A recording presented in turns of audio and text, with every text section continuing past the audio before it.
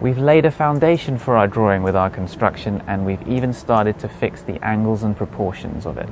Now it's time to start fleshing out the figure on top of that foundation.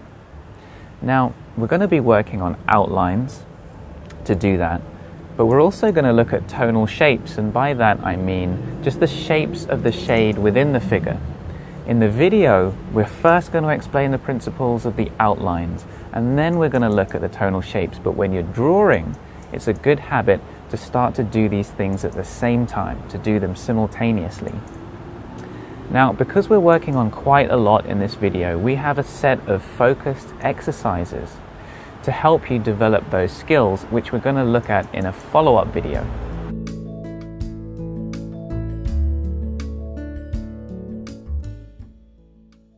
We are going to start to add outlines, but only allow ourselves to use simple, mostly straight lines. We don't need any details. We don't need the little bumps and dips that the nuanced human form has. Just continue each line until there's an important change in angle, at which point we need to change direction with a new line. The lines Mako is using here are even too nuanced. You should go even simpler than this. If you aren't sure of the angle to use or the length that the line should be, use the measurement techniques we went over a few lessons ago. This use of simplified lines isn't something you need to keep doing, it's a useful exercise for this stage. Keeping the lines straight will keep you focused on what's important, which is the bigger picture, the basic form. Straight lines are also easier to remove and replace because less work went into making them. It's also easier to get proportions and positioning right when you're just using simple straight lines.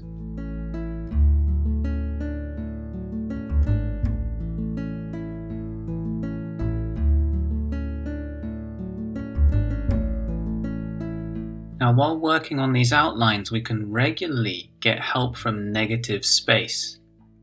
Negative space is the area that the figure does not occupy. Imagine if the scene were a printed photograph and the figure was cut out of that photograph with scissors. The negative space would be whatever's left. Do you remember that we talked about the mind's preconceptions of the human body and how disruptive those preconceptions are? Well, the mind has no preconceptions about the shapes of the negative space around the body. So let's observe those and check. Does the size and shape of the negative space in your drawing look correct?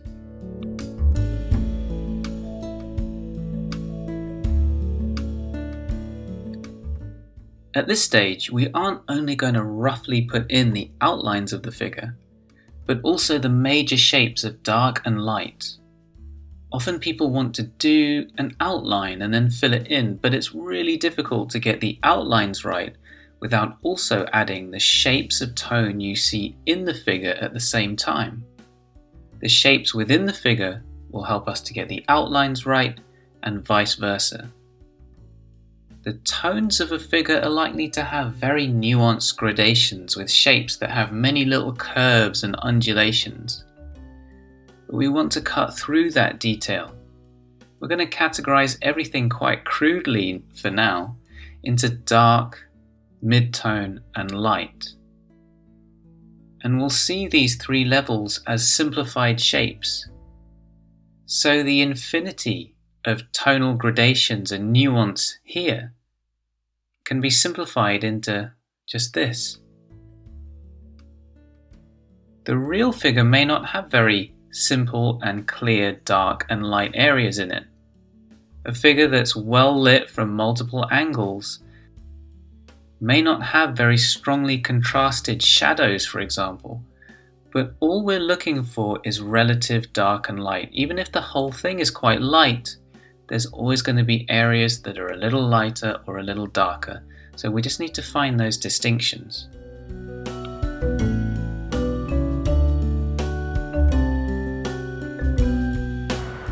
Subscribe to the Love Life Drawing channel. You get weekly videos, more life drawing tips and inspiration. Now, the construction that we laid down is going to be the foundation of this new set of contours and tonal areas. But if you notice that it's wrong, don't stick to it. In fact, don't become attached to anything you have to put down on the page. Most of it's going to change in the end. It's there to be replaced and moved around. For this lesson, it's best to use a material that can be erased easily, like charcoal or pencil. If anything's out of place or wrong, you should feel nothing about just moving it or getting rid of it. It wasn't a waste. That incorrect line is how we learned where the correct line should be. Now, I know that Mako's demonstrations make it look easier than it is, and if you're struggling or if your drawings don't look right, that's perfectly normal. There's so much that comes through the pure quantity of practice. There's strength in your eye's observation and your arm's muscle memory, and it takes thousands of hours of practice.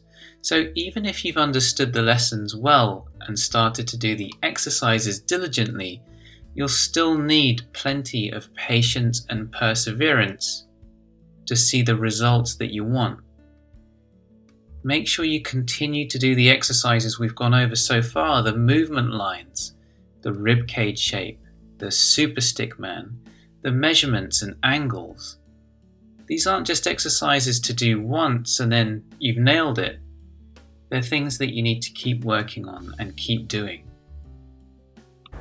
Okay guys, so we started to flesh out the figure on top of our construction. It's an exciting step.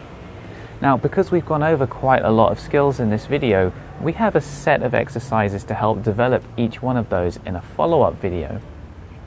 And after that, the next lesson will be recapping everything that we've looked at so far.